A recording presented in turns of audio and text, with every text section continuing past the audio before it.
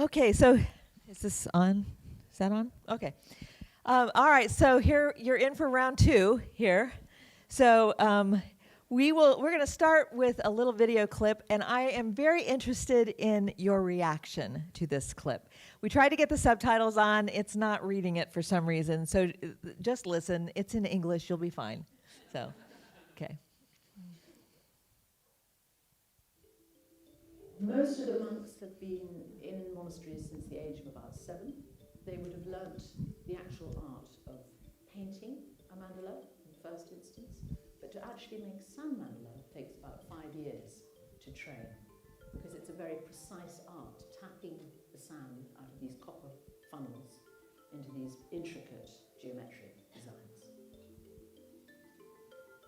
The prayers that the monks perform are to do with invoking the presence of the medicine Buddha and inviting the healing power to enter the center of the mandala.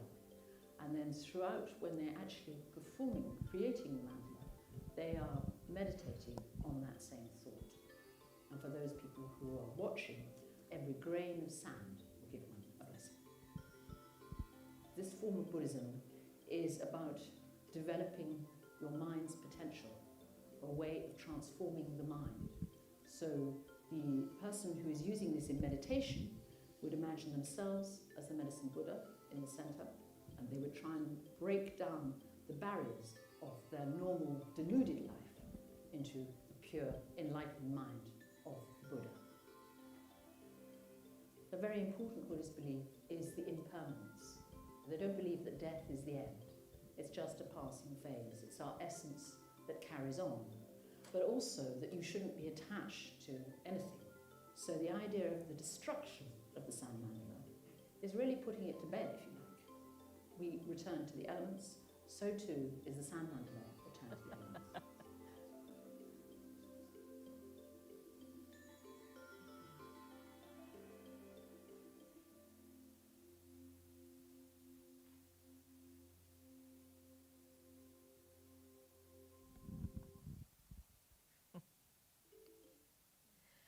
Okay, I'm just curious about what feelings are sitting in your stomach right now. So go ahead and throw out words that describe how you're feeling about this video. Go ahead. I'm nostalgic for the design. You're nostalgic. Yeah, okay, thanks. Impressed by the skill, yeah.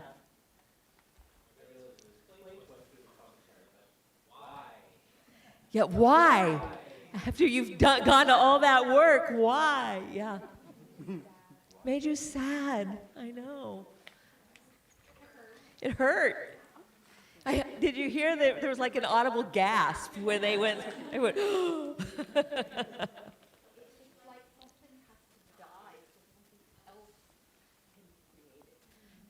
It's almost theological. So actually, what happens with these is that they gather up all of the sand, and the tradition is that you put it into a vial and you take it to the nearest body of running water. Because the impermanence, the life is a river kind of idea. And so they pour it into that and it's gone. Of course, they do certain demonstrations of this from time to time around the country, and there was one in New Jersey not terribly long ago, and it takes them like a month to make these things, right? And they were within a week of finishing it, and they, had it done for the day, I guess, and somehow a 3-year-old walked through it. Right. Yeah. Okay, now, I don't know how you would react to that 3-year-old, but after I had put that much time into it, I'm not thinking I would be the poster child for Christian charity at that point. But what happened was, I thought, well, they'll just go ahead and do the destruction thing early, and they'll wrap it up early. Nope. You know what they did? They started over. Yeah, they did it all over again. So what these monks are showing us is a form of a spiritual discipline called detachment. right? So Cheryl Ann's nodding, our formation person over here.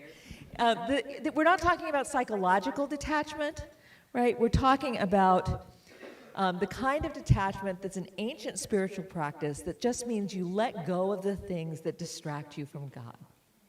And that can be anything, right? It can be an attitude, it can be an actual physical thing, it can be, something that you've made or something that's precious to you. But the point is, anything that we are tempted to make into an idol or that's somehow going to be a stumbling block for us to God is something that we try to detach from.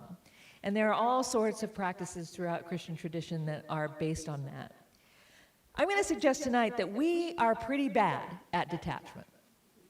And so we're going to play around with a few things tonight, because one of the principles that we have, if we are trying to figure out ways to think about church that go beyond our current ways of being with people, to be able to come up with alternative ways of being with people, we can't just keep adding things to what we're already doing. Somehow we're going to have to let go of a few things in order to make space to create the new thing. This is the question that I think we should spend a little time with, although I'm going to just frame tonight with this. How much of the church as we know it do we need to let go of in order to follow Jesus? So that's kind of a framing thought. And so now we're going to make a mess of things. So we're going to do an exercise tonight. Those of you who are online, I'm just going to add, this is a good time to go make a cup of coffee or something, because I've got to get us organized in the room. You will be able, let me talk to the online people. What camera is the online? Are you the online person? I'll look over here. Okay. And both of them. Great. All right. You choose, I'll follow you. Online people, just hang out a minute, because you can do these. If you've got somebody in the room with you and you can talk to them through this exercise, that's terrific. Otherwise, you can just answer the questions yourself as we go through them. Okay, put us on pause for a second and let me talk to the people in the room. Okay, first thing I need to do is we got to count off 1, 2, 1, 2. All right? This is graduate school. Come on, you can do this. Can I start with you? 1. Will you be a 1?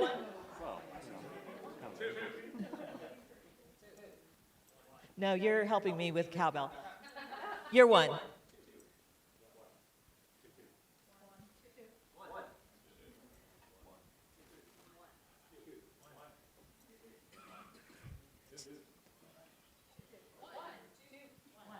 I'm just pointing out you're acing this so far. So, Pam, go ahead. You be 2.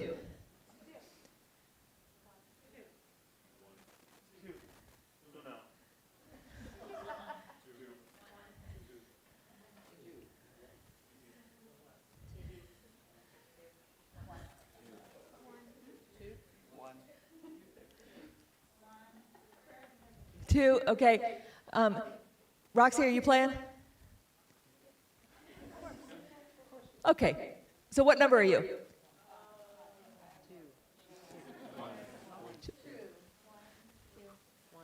2.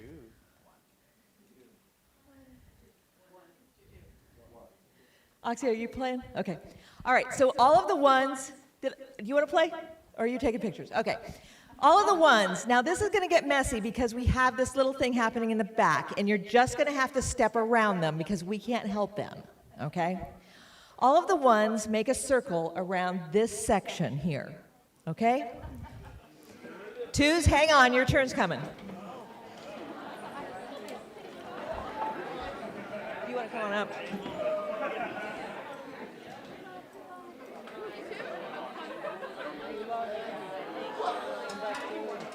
It's of a high caliber. Yeah, so you can just hang out here. That'd be great. All right, do we have something resembling a circle here? All right, everybody take a step as far back as you can. Well, not you, you guys are fine up here, but the rest of you give lots of space here between. Okay, that's great. Everybody who's a 1, go find a 2 and stand in front of them like this, like you're going to shake their hand. Okay? What? Everyone is The 2, if you're a 2, Chris, be a 2. Hang on a second. Let me demonstrate with you. You're a 2. You're a 2. Yeah. I know. Let me demonstrate. Here we have a 2, okay? Come on. As a 2, Chris is going to stand right here. No, you stay right where you are. There, you're good. And they can shake hands. There you go. Great. Perfect. Everybody else do that too.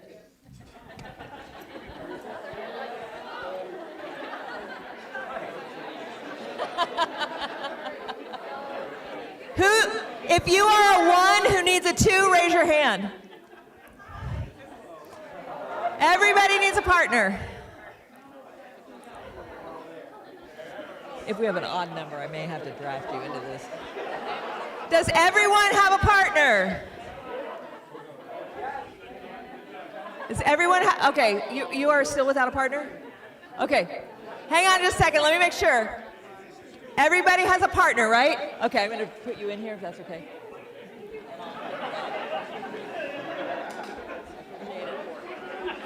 All right. So, okay, well done. Okay, you're great. So here's what's going to happen. I'm going to ask you a question. You've done this exercise 4 million times with your youth, I'm sure. Okay? Your biggest challenge here is not to break a leg going up and down the stairs as we switch partners. Okay, when you hear, so every 30 seconds, you're going to switch who's talking, right? I'm going to ask you a question. Your name is? Derek. Derek is he's on the outside. He will start. He will answer this question. In 30 seconds, he'll hear the chime. Ding! And then, oh shoot, remind me, Mike. And then Mike will answer that question. He'll have 30 seconds to answer it. And then you will hear this lovely sound. Okay? And what that means is the people on the outside, I think, are going to move one person to their left. Let's practice that, okay? Watch here. I'm going to do the cowbell. And what does that mean? What should you be doing right now? To the left. Okay. And now you have a new partner. You with me? Okay. Now, we're going to do a practice round. Now, some of you have come with ideas for new ministries tonight. Others of you haven't given it a shred of thought. That's fine. I promise by the end of the next 15 minutes, you will have an idea for ministry. And what I'm going to do is I'm going to ask this practice question. What ministry idea have you been thinking about, and who do you hope it will bless? Okay? The outside person will start, and when you hear the chime, the inside person will answer it. Got it? Okay. Go.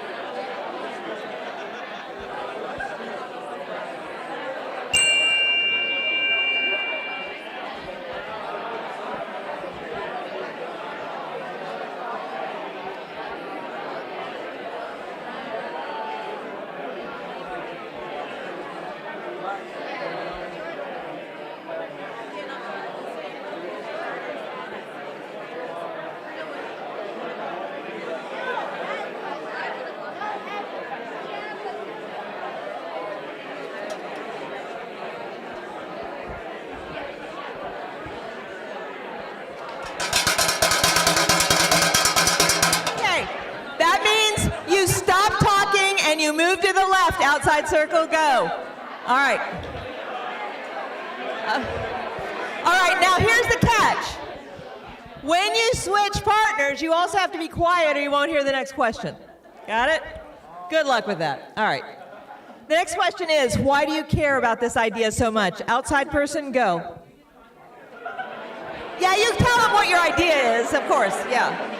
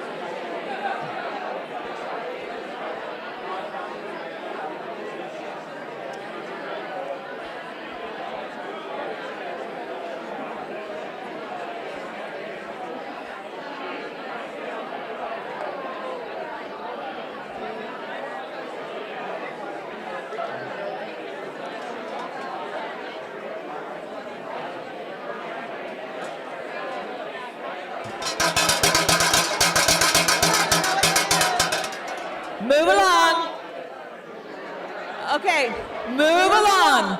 I know it's tempting to keep talking, but don't. Okay. So the next question, hang on a second. I just want to tell you you're doing great, okay? Obviously, you do have to give them a little context about what your idea is. If you've never met this person before, it doesn't hurt to say who you are, okay? But the main thing is answer the question. The next question is, what are you going to call your idea? Give it a name. Okay, go.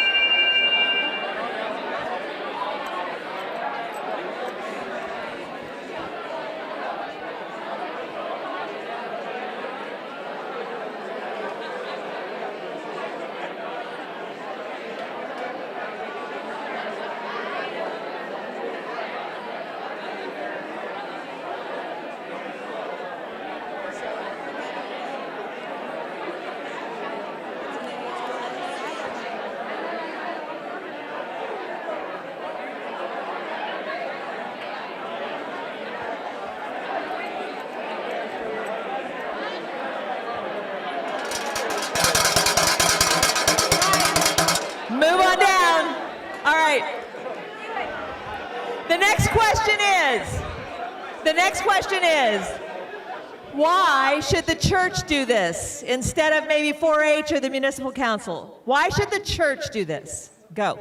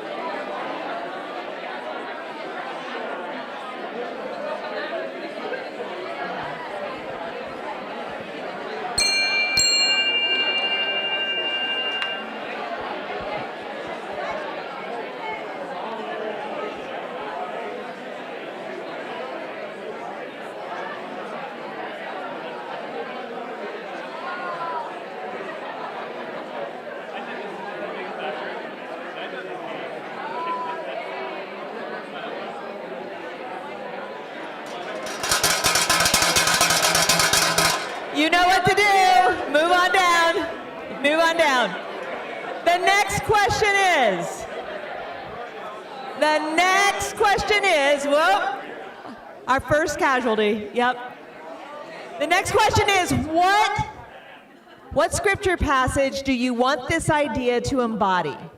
Okay, go.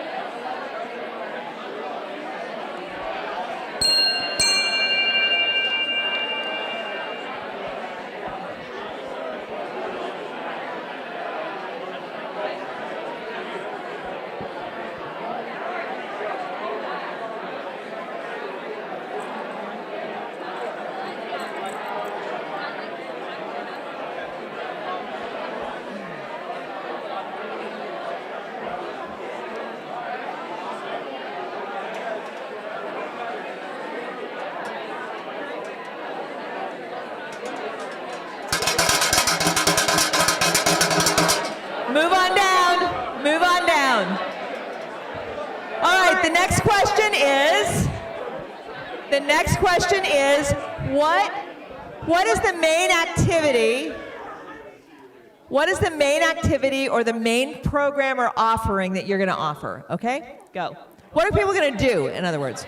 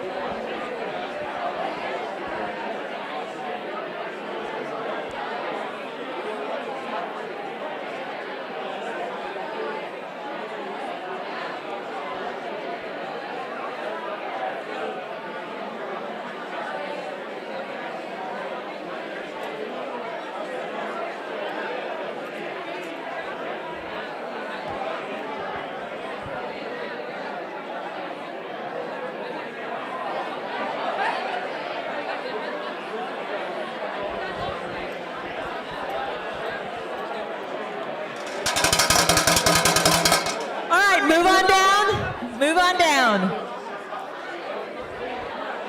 The next question. How would your idea change if sixth graders planned it? Go.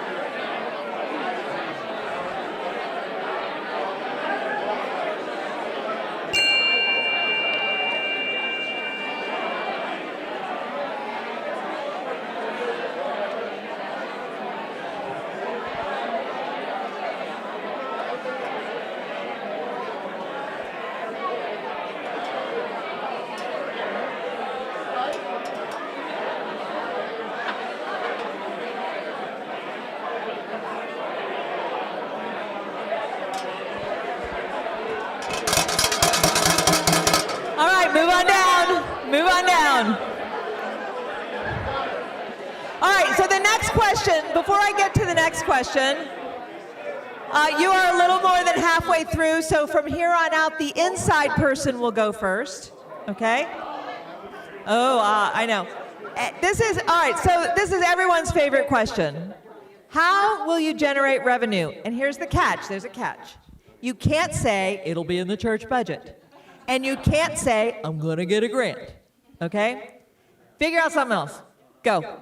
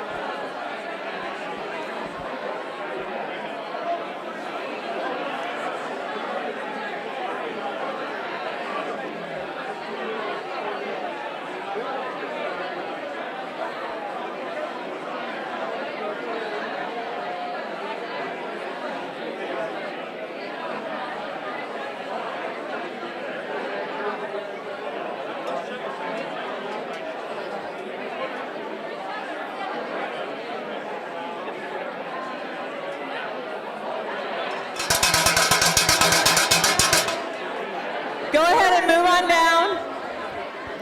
Move on down.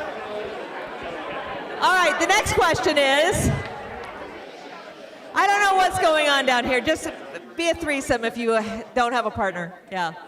Okay. The next question is, I want you to remember the story of Gideon. Remember the story of Gideon? You know, should I really fight this battle? I don't know. I'm going to lay out a fleece. If it gets wet, if it gets dry, we'll see. Anyway, what's your fleece? In other words, what are you saying to God that goes something like this? Lord, I'll do this if, and fill in the blank. Okay? Go.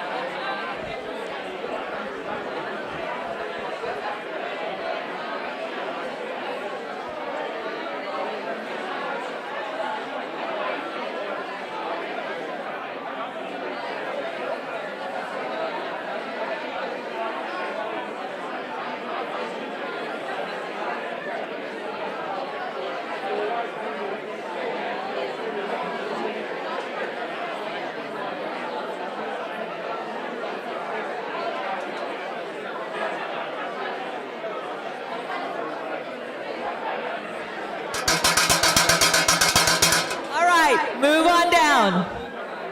Move on down. So you're almost done. You got 2 more of these. All right.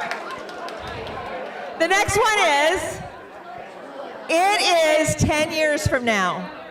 It's 10 years from now. It's 10 years from now. And your idea has succeeded beyond your wildest imagination. So tell us what it looks like. Go.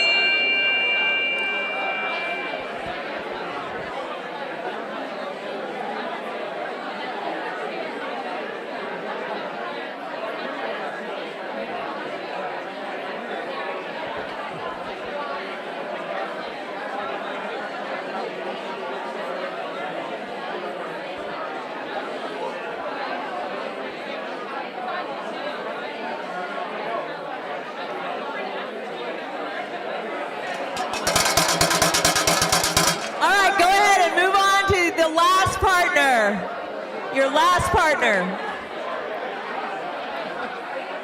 All right.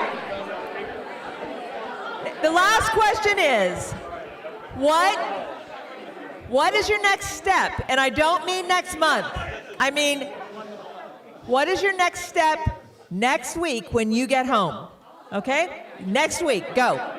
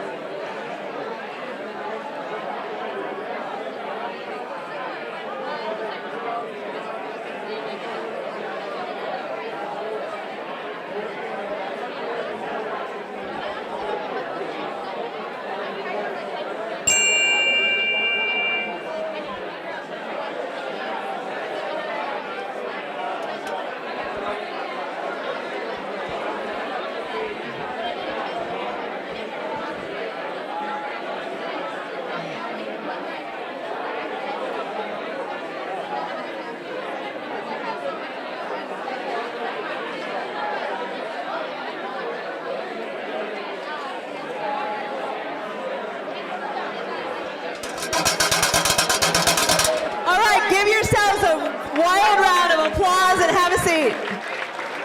You can go ahead and sit down.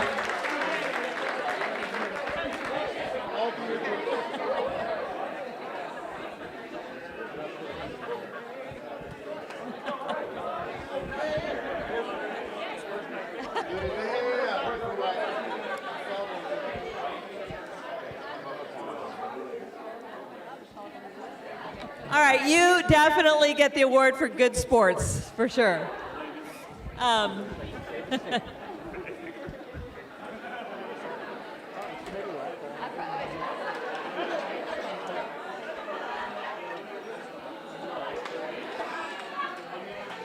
Fair enough.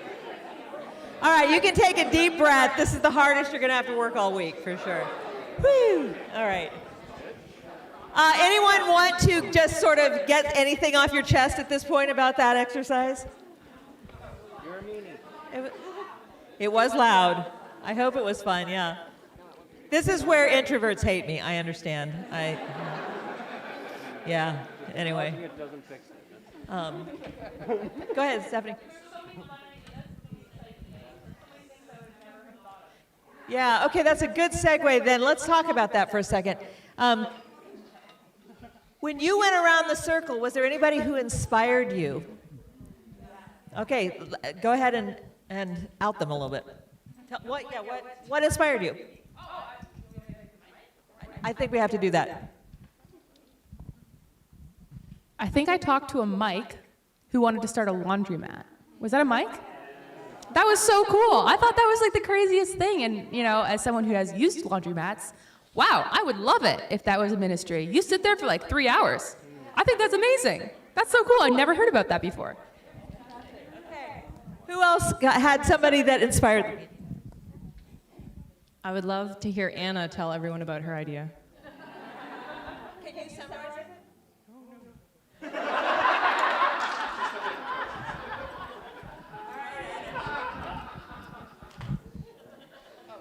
It's an idea we've had that we're poking at, but the fast speed one that I was giving to everybody is we want to offer basic theological education to the 90% of the world's pastors who have no access to theological education around the world, where the church is exploding. We want to be able to do it free of charge, and we want to do it in a non-colonial way. So we want to partner with regional partners around the world who can teach from their own context, but we're going to use AI, which we already use here, to translate into the 80 languages that people could learn in, and offer certificates, and do that free of charge by offering it also in Canada, where they will pay for it, and the people who can't pay for it won't pay for it. Wow. That is the best rehearsed elevator pitch I've heard in a while on this. Anybody else inspired by anyone in the circle that you want to talk about? Oh. All right.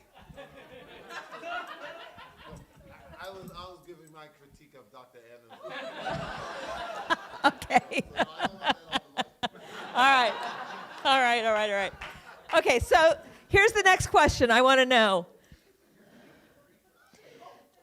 How did your ministry idea change as you went around the circle a million times?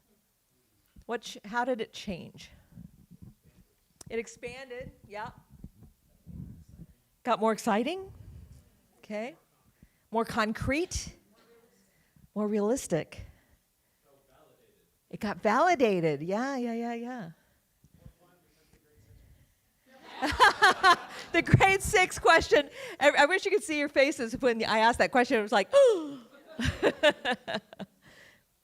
anything else happened to your idea? Did you find it easier to talk about as you went through? That happens a lot, yeah. You're ready to, it's ready to go to the senior pastor. Okay. Well, then the last question is this. What happened to you as you went around the circle? How did you change as you kept doing this again and again? Got more excited? You felt better about it? You got confidence? Why am I waiting? Yeah. Yeah, somehow we literally talk ourselves into a lot of things. We talk ourselves into faith. That's a testimony, right? It doesn't mean it's not real, but the more we talk about it, the more real it becomes, right? Yeah. Anything else? Did anybody start with an idea? You're like, oh my God, this is an exercise. I got to do the thing. And then halfway through, you went, wait. Go ahead. Talk to us about it. So I just said, well, we'll have discussion groups about the book we looked at this afternoon about East Coast Hospitality Group. But then the questions made me think, okay, where do you go with that? What's the name? And so my ideas broadened, and I started to think, okay, what would this look like? And getting the people in the group to generate the ideas of what we actually do ministry-wise. So anyways, it was kind of cool. Yeah. It's weird because I don't know about you. When I've got an idea that's kind of half-baked, I kind of keep it to myself, you know? I feel like it's not really figured out yet. But in fact, the fertilizer it needs is the conversation. Yeah. Were you going to add something? Apparently not. Okay.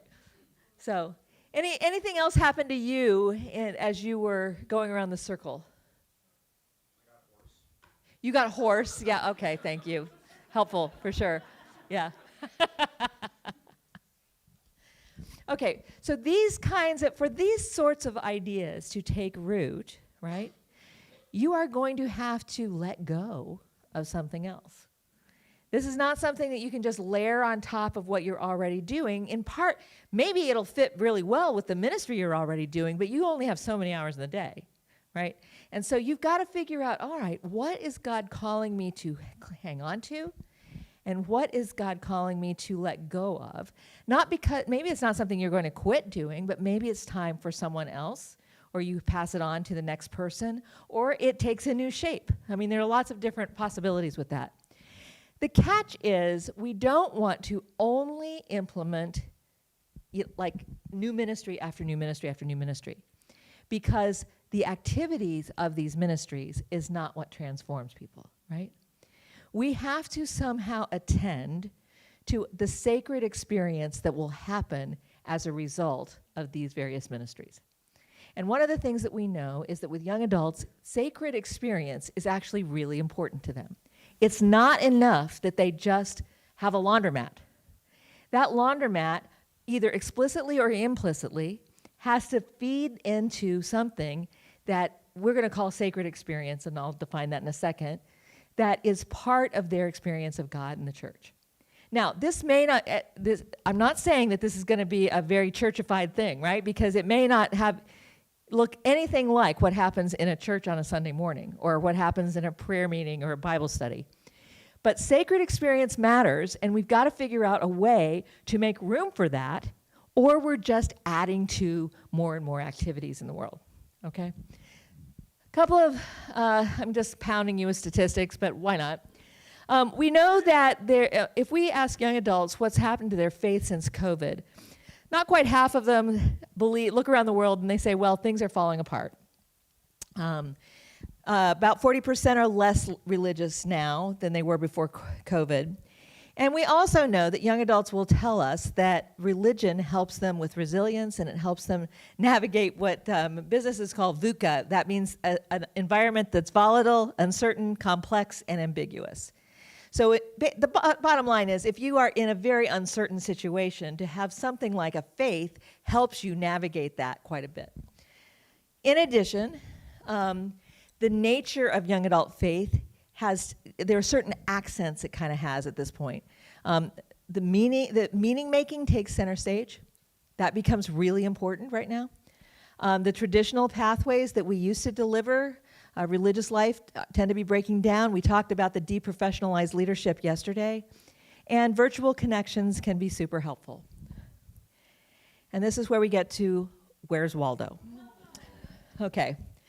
I have yet to find Waldo in this picture, just full disclosure, but I know that you recognize this, but this is what it's like. Yeah, everybody's now looking. Yeah, great. Shall we pause? Right. This is what it's like to identify religious life among young adults in our culture, right? You have all of young adults living their lives. And it used to be that people who were studying religious life in young adults would typically go to a congregation and see what's happening there. The problem is, a lot of religious life right now isn't happening in congregations. And so you got this. And how in the world do you pull out what constitutes a sacred experience or a religious life, or how do you get that out of this? That's the problem. And sociologists have been messing with this for a while. We talked about nuns yesterday, but in some ways, and I'm working off of a sociologist named Nancy Ammerman, she believes that our preoccupation with belief has really caused us to look for the wrong things, when we are trying to look at young adults' religious faith. We look at what they're trying to, what they say they believe. We sometimes look at their practices, the things that they are doing, but we are missing the complexity of that. And so it's like finding where's Waldo. We can't find it because we're looking for the wrong things. And that's where the movement in religious life, according to Ammerman, is moving. It's not exiting congregations, but in addition to congregations, it's happening in all these other places. And if we only look in congregations, we're going to miss that.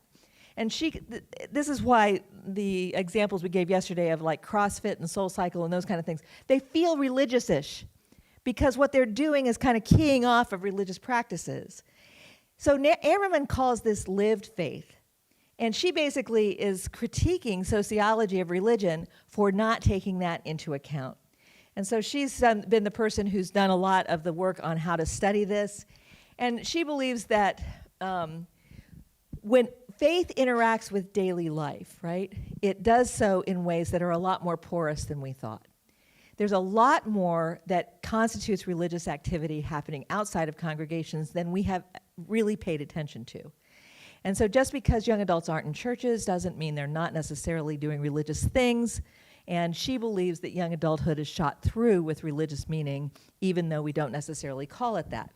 And she makes the point that you're going to miss a lot if you only look outside religious institutions or inside institutions. You got to do both if you're going to find Waldo. So she makes the point that that Waldo, right, might well be, worshiping at the altar of some secular activity that they're doing, but they also might be, she says, in Shul. That's a religious congregation of a Jewish community, right? The point is they're doing both. And some of them are doing it explicitly and some of them are doing it implicitly. Here's what's different.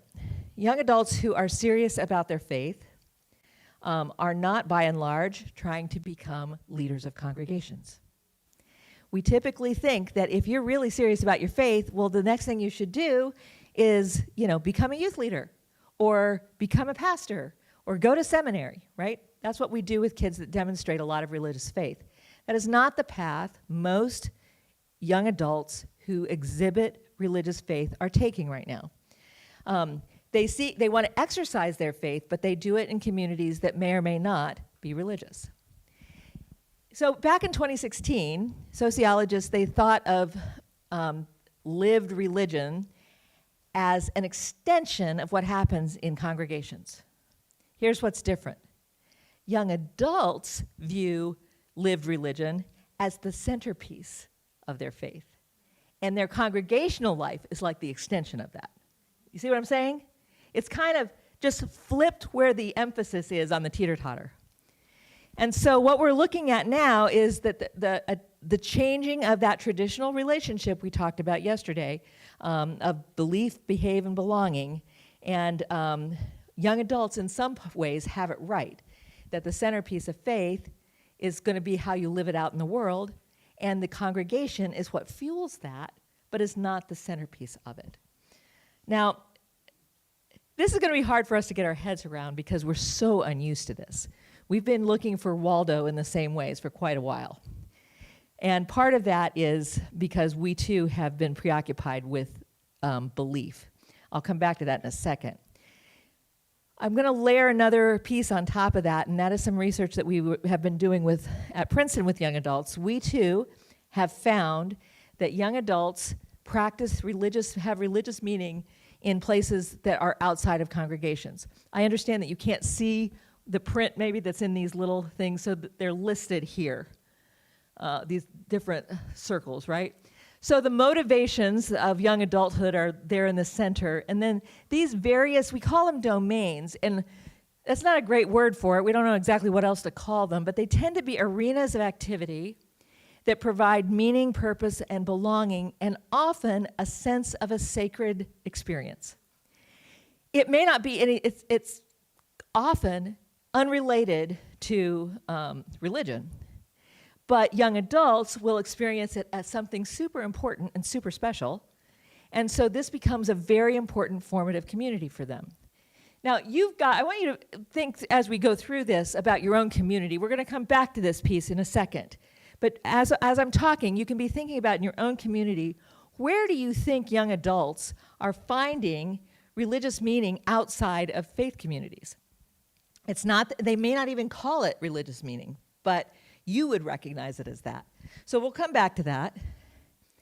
And I'm going to take you into the Wayback Machine for a minute. A lot of you are familiar with the National Study of Youth and Religion that was done in the US, and it's a longitudinal study across 20 years, right? Anybody in youth ministry has had to contend with it at some point. And among other things, they found that there are several variables that help young people who have faith as teenagers that makes that faith endure into young adulthood. As you know, most people get less religious as they get older, but if your faith is going to last into young adulthood, there are certain variables that help that. And the ones that they identified are your parents were religiously involved while you were a teenager. You had a high commitment to faith while you were in high school. You had a religious experience before you became a young adult. You had multiple adults of faith to turn to for help and support. You prayed frequently and you read the Bible without being told to. And you had few serious doubts about your religious beliefs. That last one is almost entirely because of the sample of Mormon teenagers that were in the study. The people who weren't Mormon had a lot more doubts. But if you were Mormon, and it has to do with the culture of the Mormon community, right? It was almost scary how few doubts you had, you know. So that last one became less important for a lot of other Protestants, but the others were still factored in there. Okay, so that's the list, but there were two on that list that were more important by far than any of the others. And this is where you get to guess which ones they were. All right? So, do we have nominations? Go ahead. Adult mentorship. Which one are you looking at? The multiple adult? No, you have to pick one. Oh, you want those to be your two. I see what you mean. No, they're on here. The answers are here. You just have to know which one this is a multiple choice question. Yeah, go ahead. Parental religious involvement. Okay. Good. Religious experience. Multiple adults of faith. Any others? Parental religious involvement. Yep, that gets a lot of it. Okay. Those of you who said parental religious involvement, whoop, ding, ding, ding, you are correct. That is one of them. Okay? And the sociologists, if you know anything about the trajectory of the National Study of Youth and Religion, they went to town on this one. You know, parental parents and the influence they have on the faith of their children is indisputable. Okay, what's the other one? Ready? Religious experience. Okay, this one, remember who did the study? A bunch of sociologists. Guess what sociologists don't do? They don't measure religious experience. In fact, they had no earthly idea what to do with this finding. And so, if you've read the books that Chris Smith put out, you may remember that they never talk about this. They mention it because it's in the data, but Chris looked at me. I was one of the researchers on that study. He looked at me and said, "That's your department. You have to figure. You write about that." You know, because religious experience isn't something that sociologists are very comfortable with, and yet it was the most important variable. Okay. Religious experience is not a thing we get to control. there's not a thing we can do to program for religious experience. This is up to God and God alone, which is why the sociologists don't want to touch it, okay? But we do know from other research that there are consistent places that young adults and young people generally, this one is both youth and young adults, say that they will experience God on a regular basis, okay? One is in conditions of liminality, right, where they are kind of suspended in between. They're not, like if they're in a camp, right, that's a common one, or a retreat. They're not at home, they're not at school, they're kind of in between. And that loosens the chains a little bit and allows them to be open to other experiences that might not be accessible on a regular basis. The second one is times of trial or times of suffering. There was no amount of, this was true in the kids that I interviewed for this study too. These kids would say they're atheists, they would have zero connection to any kind of faith community, but they would talk very openly about experiencing something like God when they were in the hospital with their grandmother who was dying, you know. So this was a place that created an openness to some kind of sacred experience. Experiences of intense belonging and community. We've talked a lot about belonging here. Those are contexts where young people will say they experience God. And you know this because you've taken kids on retreats and you've been part of really close-knit groups of young people who believe that the presence of God, in fact, John was talking about this, or somebody was talking about this earlier today. So the idea that God is present in the midst of our communities. And finally, this one is not in Steve and Katie's research. It comes out of the Lilly Endowment's research on young people. Experiences of giftedness is often a place where people particularly experience a sense of vocation. You know, God has given you certain gifts, and if the church is a place that you get to exercise those gifts, then it becomes a place that you understand yourself to have some connection to God. Okay, so now we get to what sacred experience is. You might have had to read William James at some point. This is 120 some years old. It's still the standard in terms of what don't take a picture of this. I'm going to say it's wrong in a second. No, it's not wrong. It's just not accurate in terms of what young adults will describe as religious experience. So, yeah, but there are a few places that it overlaps. James describes a religious experience as a profound moment that transcends ordinary reality, often leading to significant personal transformation and deeper connection to the divine or to the universe. Okay, that's not completely irrelevant here, but I want you to look at how young adults say an experience is sacred, okay? An experience is sacred if it feels special, if it doesn't happen all the time. It's kind of an unusual thing. It gives you a deep sense of connection. It gives you a sense of well-being, right? It gives you a sense of peace.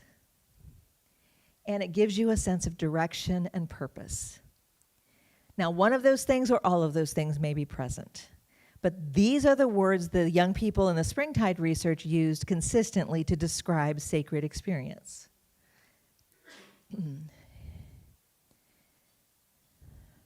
Oops. Sacred moments have long-lasting positive impact on young people's lives. That's the conclusion of the Springtide researchers. Youth with sacred experiences in their bag of tricks report higher rates of belonging, higher rates of flourishing, higher rates of life satisfaction. So what that means is if we are really paying attention to young people's lifelong well-being, right? If we want them to have satisfaction in their lives, that kind of stuff, to be able to attend to sacred experience is not a bad thing. Here's some of the details on that. About a little more than half of 13 to 25-year-olds say that they have had sacred experiences. And they are experiences that evoke a sense of wonder, awe, gratitude, deep truth, or interconnectedness, as you've heard. But notice, a third of them have never been in a church. And most of them say they don't trust institutional religion or they only trust it somewhat. Okay? So the relationship between institutional religion and sacred experience is pretty wobbly. All right? In fact, this is a study that was done in the UK. No, it wasn't. This is from Springtide. I lied. 87, this is a different study. 87% of young people say religious engagement does not connect them to a sense of purpose.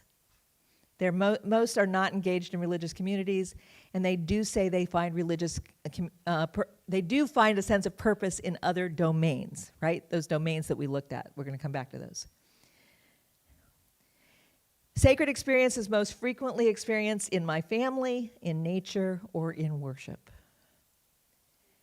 And the things that you do when you experience something sacred, most of them are, I thought this was interesting. They're doing some kind of artistic thing.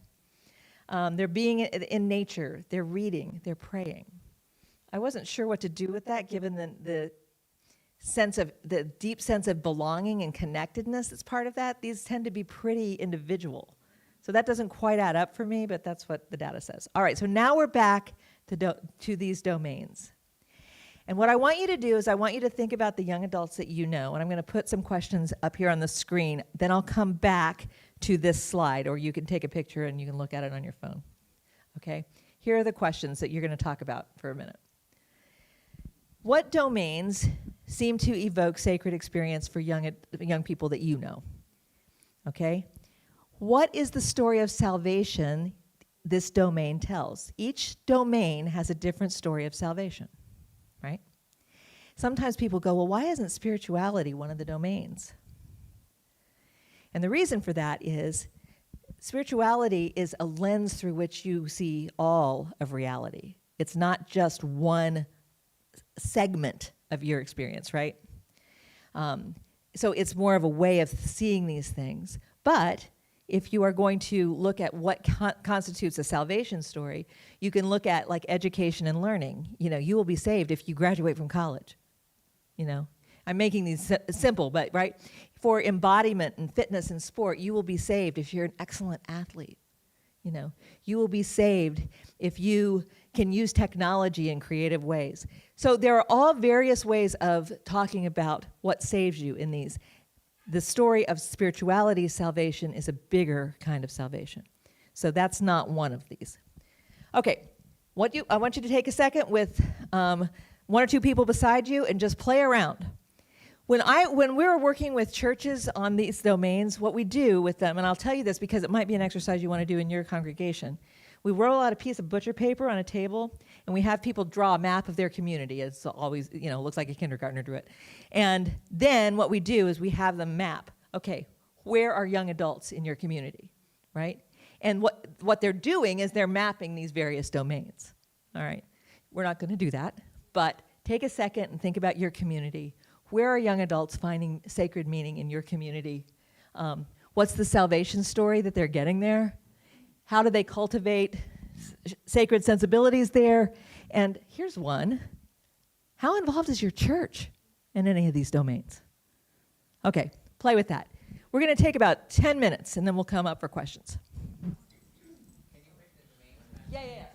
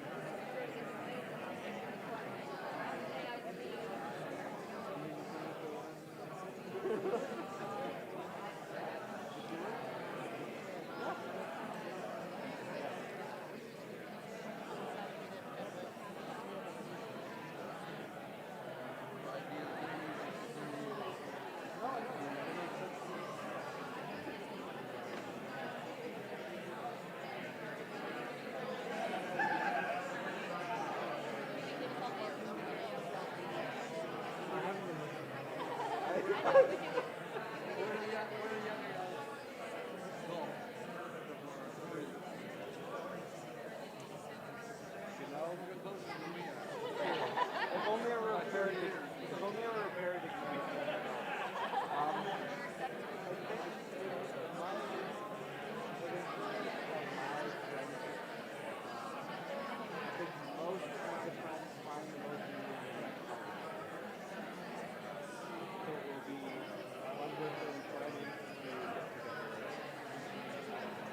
when we all went to the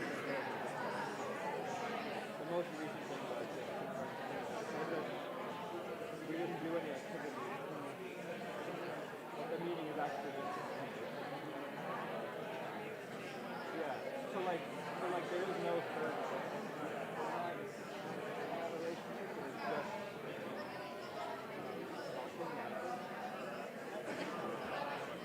yeah. Like that. Mostly what it already happened.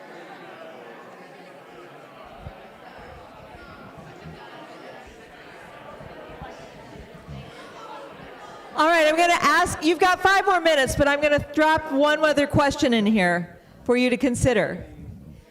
As you are talking about the domains that you see in your community, is there one of those domains that seems to present itself as an opportunity for your congregation? Okay, go.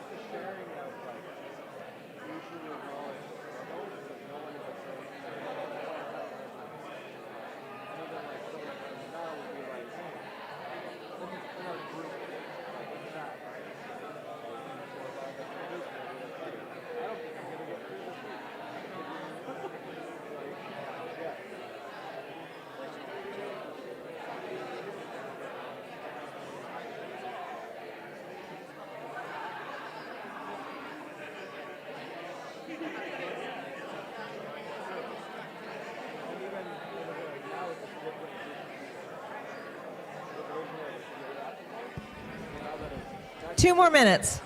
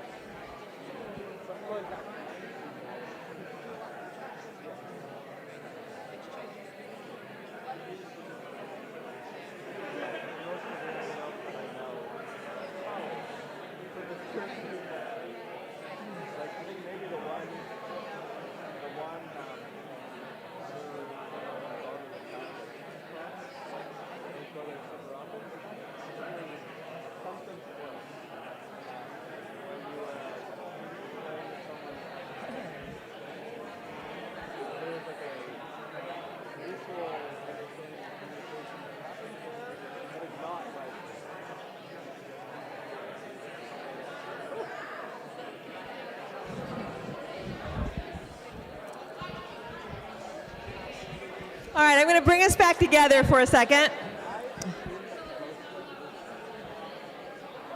Let's come back together in one conversation. Okay, first of all, let me just ask you, is there anything going on in your small group conversation that you want to offer for the good of the cause here? Well, first of all, it could be probably. This is not an exhaustive list. I think, I'm going to guess on this one, but I think the reason it wasn't is because it tends to be so encompassing. Work can be in any of these has a work dimension to it, right? And so they were hesitant to pull out of the research stuff that looked like it was too, pan applicable. But that's probably why. Originally we didn't have education on there for the same reason. But it became so clear that particularly for young adults, education is such a vital part of their daily experience that it just didn't feel honest not to include it. Yeah, go ahead, Sherilyn.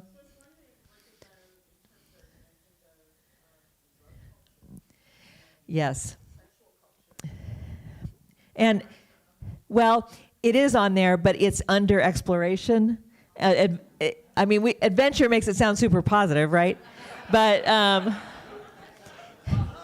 and the other one that could be pulled out. Yeah, so gang activity is another thing that's on there too, right? But again, gang activity winds up being in a lot of other places too. Although that one might be something that could be up there a little more easily.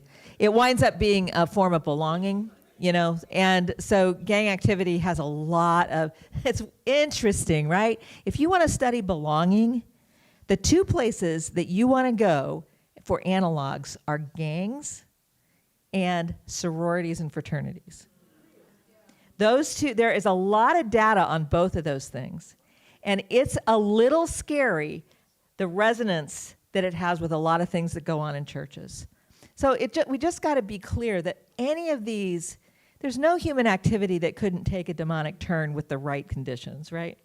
So, we don't want to make it too rosy sounding, which I appreciate your concern on that.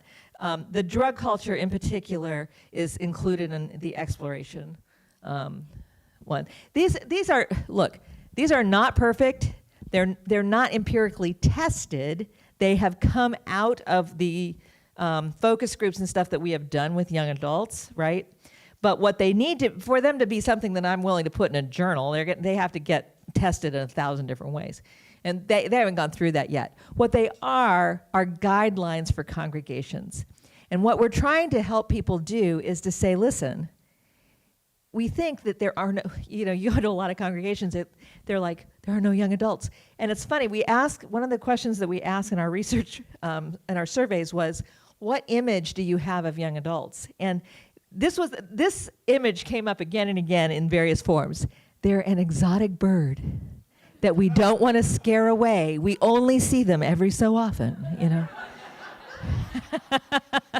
and or it's an alien species. I don't know how exactly we're supposed to act around them, but we're really glad when they're here. So there were lots of variations of that, and we're trying to test to see how those images change over time. Here's one thing to keep in mind. There is no reason the church cannot be involved in any of those. And yet, very few churches think of themselves as being involved in those.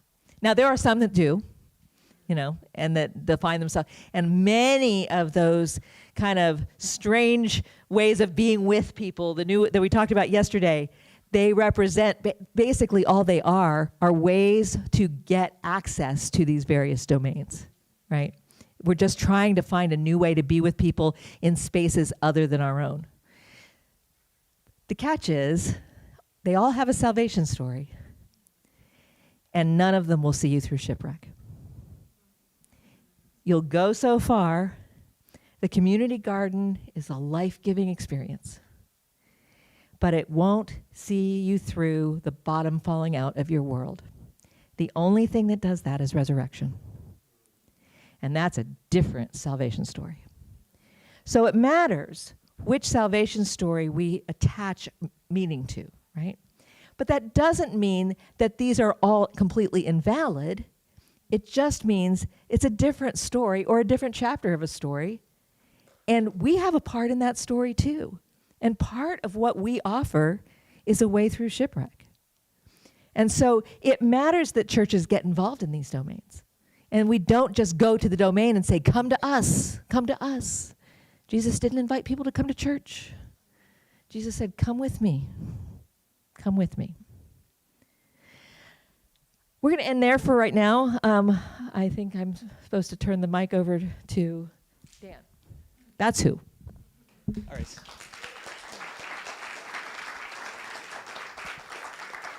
Thanks so much, Kenda. And, oh, there it is. Okay. I'm going to give you back the mic.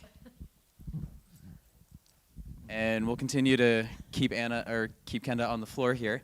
And this is time for questions. And so I'm going to be running around. If you've got questions, please raise your hand, and happy to pass you the mic. And Danny's going to be fielding them from online as well. Okay. One of the things we were talking about in our small group was about how many of these places where we find our young adults could potentially become places where we're, I don't know if I want to say planting churches, but like creating experiences. And I wonder if you have thoughts on how much that will play a part versus, okay, we have a walking group and then also you can come to church. Like those are two very different things, right? Right. And we have, I can give you examples of churches that make every one of those domains their focal point. You know, one of the things that we get hung up on in churches is we try to be all things to all people. And one learning from some of this is that that's really impossible. You need to pick a domain or two and just roll with those and assume that the church down the street is going to have a different one. You know, so I know that I have a student actually who founded what do they call them? There's a term for these wild churches or something like that. You know, where the church is in the outdoors and it's in they actually have a indoor space too, but I forget what they're calling it. It's brand new. But basically what they're doing is saying, look, we know there are a bunch of young, and this is what motivated it. This congregation said, we know there are a lot of young adults out there and they're super into nature. They're super into gardening. There's a community garden that's part of this. They're super into a lot of these nature/food-based things. So we're just going to land this congregation in the middle of that and see what happens. And it hasn't gotten far enough. They don't know yet whether they will succeed. They're only, I think, 6 months in.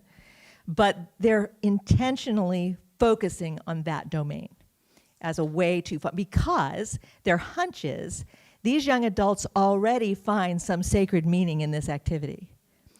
What we're going to do is make the story bigger and include the story of resurrection as part of that, which, of course, in nature and growing things, this is an easy thing to do. Yeah, go ahead, Mike. So my youth group starts at 65, and what I'm trying to determine is how I help them graft in younger people, maybe participate in some of these domains without being bird watchers and without being awkward or getting past that awkwardness somehow. Do you have success stories or tips or tricks? I'm just going to tell you stories all night, yeah. So this is a story from my church, my little tiny weird church. The domain involved in this would be the craft and maker domain.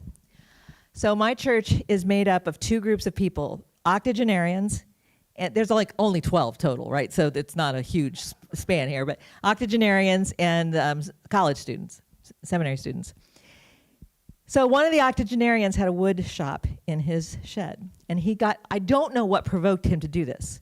One Sunday, he stands up and he says, well, on Thursday night, you know, me and my brother, we're just going to be in the wood shop. If anybody wants to come, we'll teach you how to do some woodworking. The end. Okay, so Thursday night comes around, and who shows up? All the young people show up. Yeah, I want to learn how to do woodworking. My daughter drove an hour to be at woodworking every week. Yeah, and so I went a couple of times, and here's where you're like, you got to put your theological snobbery on hold, right? There are pinup pictures all over this garage. There was an 11-year-old who was participating with their mom, and I'm like, They started with prayer and kind of a story. They ended with prayer and kind of a story. It was not a very good story. Wasn't a very good prayer. And I'm like, oh, okay. But I'm telling you something. God did something with that. After this went on for, I don't know, 4 or 5 years, every Thursday night. And it ended when the guy who founded it wound up going in the hospital. And he became too ill to keep it up. But it was, as one young person during our Joys and Concerns just raised his hand and he said, I just want to say thanks to the woodworking group. That's my Thanksgiving for this week. It is the only church activity I haven't been embarrassed to bring my friends to. I'm thinking about that garage going, well, maybe you ought to be embarrassed about a couple of things, but, you know. Anyway, so some of them are super organic, just like that. Because the truth, we all participate in these domains. And part of it is just recognizing that's a context for ministry. And I don't know what caused this guy to do that, but that's how it started. Go ahead.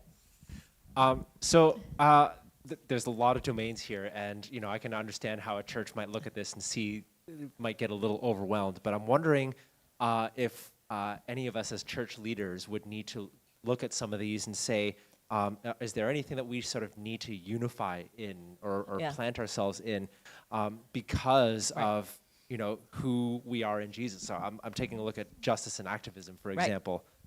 Is there one where we as a church sort of need to sort of spearhead that might, if the next generation is looking at us and saying, like, why are you not concerned with X, Y, and Z because of what's going on in the world? Is this something that like, anyway? Yeah, the answer is it depends on who the young adults are in your community. Because this is why we have people do this community map thing, right? Because there are some churches that you might really have a passion for one of these things, but if there are no young adults that you can identify that are part of it, that's like a no-go. And I take that to be kind of a discernment process. If you've got a bunch of young adults who are super interested in activism and you know that, absolutely, I think God's saying go. And in fact, I know 2 churches that have used that domain specifically. Because the thing that happens with activists, as you know, it happens with church people too, they get burned out really fast. And guess what helps you not get burned out? Spiritual practices. And so they provide a spiritual curriculum to help activists kind of stay in the game. And I don't know if anybody knows who Jen Bailey is. She has a national network that provides spiritual resources for activists as well. So anyway, that is a domain that gets a lot of attention, but it really matters who. This is a soapbox of mine. Start with who. Start with the person God has put on your path. Don't start with your idea. Don't even start with the motivation. Don't even start with why, no matter what the TED Talk says. Start with who God has given. We're Christians. We are concerned with the people God has put on our path. And those people are in the community, and there might be more than you can handle. You're not doing the whole community. Just pick one, right? And it might be those that are closest to the church or those closest to the school or whatever it is that makes sense for your community, so. Hi, thank you. This is a nuanced question, so I'll try to do it well. How can churches approach being engaged with these domains, or Christians, in a way that is aware and an understanding of the way that belief has changed and the mistrust of institutions? Does it have to be explicitly, we are going to be a Christian resource center to support people? Great question. And how do you hold that nuance, keeping like a Christian ethic at the center of it, but not necessarily being like, we are Christian and here we are? Like, how can churches navigate that space? Okay, I'm just gonna get, if anybody's like, we are Christian, here we are, I want to run the other way, right? That part. So that form of evangelism is a non-starter for me, and that causes me not to want to do it either. So I'm sorry, I'm a broken record on this. First, it's relationship. First, you get to know people. First, you're curious about the other person. Why do you come to this woodworking thing? You're a seminarian. The theology stinks here. Why are you here? They'll tell you. And you get to know each other. You get you build trust together. It's not that you're hiding who you are. They know you're a church person. They're going to be curious about you too, And one of the things that you want to do is not imply that you're trying to take over this thing they're doing. I think we've made a mistake by trying to do Christian versions of all of this stuff, right? First of all, we're not very good at it. Like, the whole Christian music, I'm going to get in so much trouble here.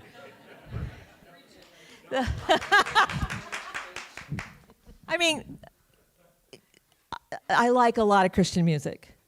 And there's a lot that I don't like. And there's a lot more that young people don't like because they hear better music elsewhere. And they're like, why are you trying to copy something? And just do the thing. Do the real thing. Listen to the real band. If they have terrible lyrics, unpack that. Talk about it. Do whatever you're going to do with it. But, don't be a fake, basically. Don't try to do the thing that you're not so good at. It's interesting because there's a lot. I won't blow this for tomorrow, but I'll show you a video that's going to sound like it undoes this entire week. So anyway, we'll wait till tomorrow to do that. Can I ask a follow-up question then about that? Yeah, please. So from the space of, like, obviously you're an educator, you're working with ministry leaders. How do you help shift the perspective and the narrative that people are telling themselves around that? Being, I need to go into this space and I need to be a Christian, and Christian in that perspective of, I need to evangelize you. Right. How do you invite people to hold that belief and their doctrine, their orthodoxy, right. but move into a space where, how to hold the nuance well? I don't know that there's one answer to that, right? But I do think it's worth having a little preparation maybe before we go into these spaces, just to say, okay, so here's what we're going to do first. Here's what we're going to do like 19th. And so to give people just a little bit of a framework, it's scary for people to go in and just think about relationships, right? Youth pastors are great at it, but nobody else is. And it's one of those things where, if I have an agenda, I'm safe, right? My agenda is to get you to do what I want you to do, okay? We just have a lot of people. Look, they're not mean-spirited people that we work with. They're people who want to do the right thing. They have very limited toolkits. We just have to give them a couple tools that'll help them get over the hump. So, if you know somebody, the guy, the people at the woodworking group, there was no preparation for anybody who went to that. They just went and took it at face value for what it was. But it's safe to say that the guys that own the wood shop, it didn't occur to them to evangelize anybody. They were going to teach them how to do woodworking. That was what they wanted to do. And we're a church group, so we should pray. Okay. It was, they didn't have enough forethought to think about it as an evangelism. They didn't know that's what they were doing. And they did it really well, as it turned out. Yeah. There's an online question that I'm trying to summarize. Essentially, are you wanting us to help youth, young adults, and people in the church just go and be in these spaces? Like, just live out. If they're passionate about crafting, just go and be yourself in those spaces? Or are you asking us to do something more? Yes. Okay. Yeah. The first thing is just go be in the space, right? But also, you just went through the circle with how many ideas that you have. You could map this whole room based on those domains, probably with some of the ideas that were in that circle. And so, there are things you can do. My bias is that rather than create a Christian, for example, let's use a community garden as an example. There are lots of community gardens out there that don't have anything to do with churches. Your church might have a space that makes a community garden make sense for it. Great. But if you don't, just be part of the community's community garden and garden beside people who are doing it. And guess what? You get to know people. Our church had a food truck for a while. Think about our church, 12 people, and we had a food truck. That was a very dumb idea. But it worked really well for about 6 years until all the volunteers got burned out. And now we sold it to another church that's doing it better. But what it did was it got us into domains we never would have been in otherwise. We got to be friends with you got to have permits to have a food truck anywhere. anybody who had a permit to give, we knew them. We knew farmers. We knew people all over town in the government that we never, because they're like, you want to do what? And we'd have to explain, and then you're a what? And we were trying to get on campus because our county has 54,000 college students in it. And so, the people at the food truck, we had some romantic idea that if we had a food truck, that people would come and they would see this was a church and they would be so convicted that they would want to join up and be a Jesus person. Somehow that didn't happen. But what happened was they would go, two things. First of all, they'd go, this is a what? This is a church that's doing this? Huh. Okay, so that was good. We were like, well, they were pleasantly surprised by the church. When was the last time that happened? Okay. And the other thing that happened was the volunteers and the people who worked on the truck, we became much deeper disciples, much more connected to our community.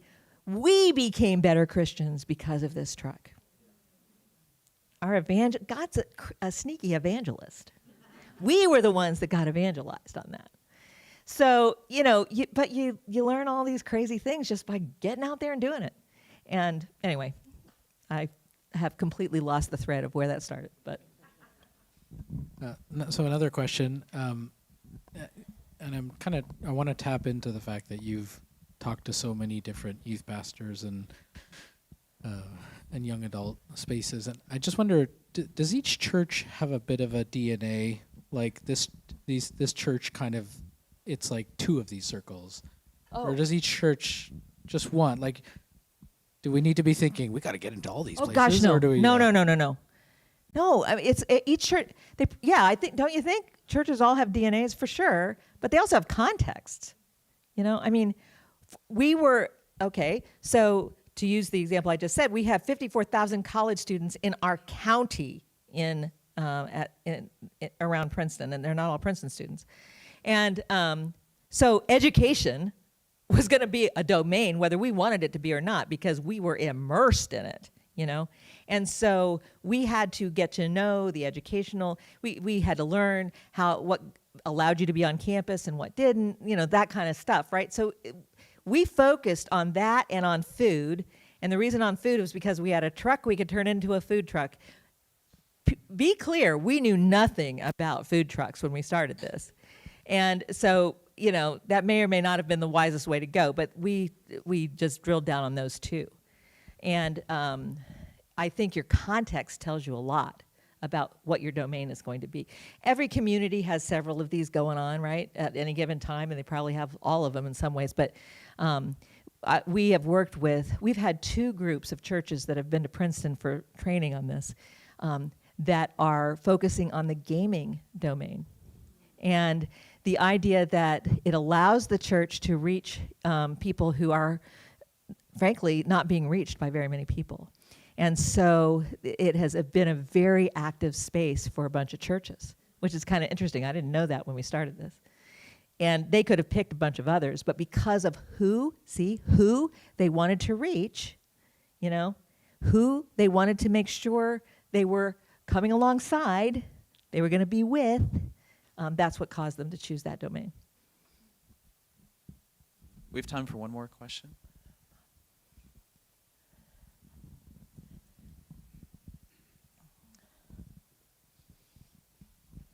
So I was in a church where they were trying to determine a strategy and a direction for the church, and they did a survey to find out what people were involved in. Oh, interesting.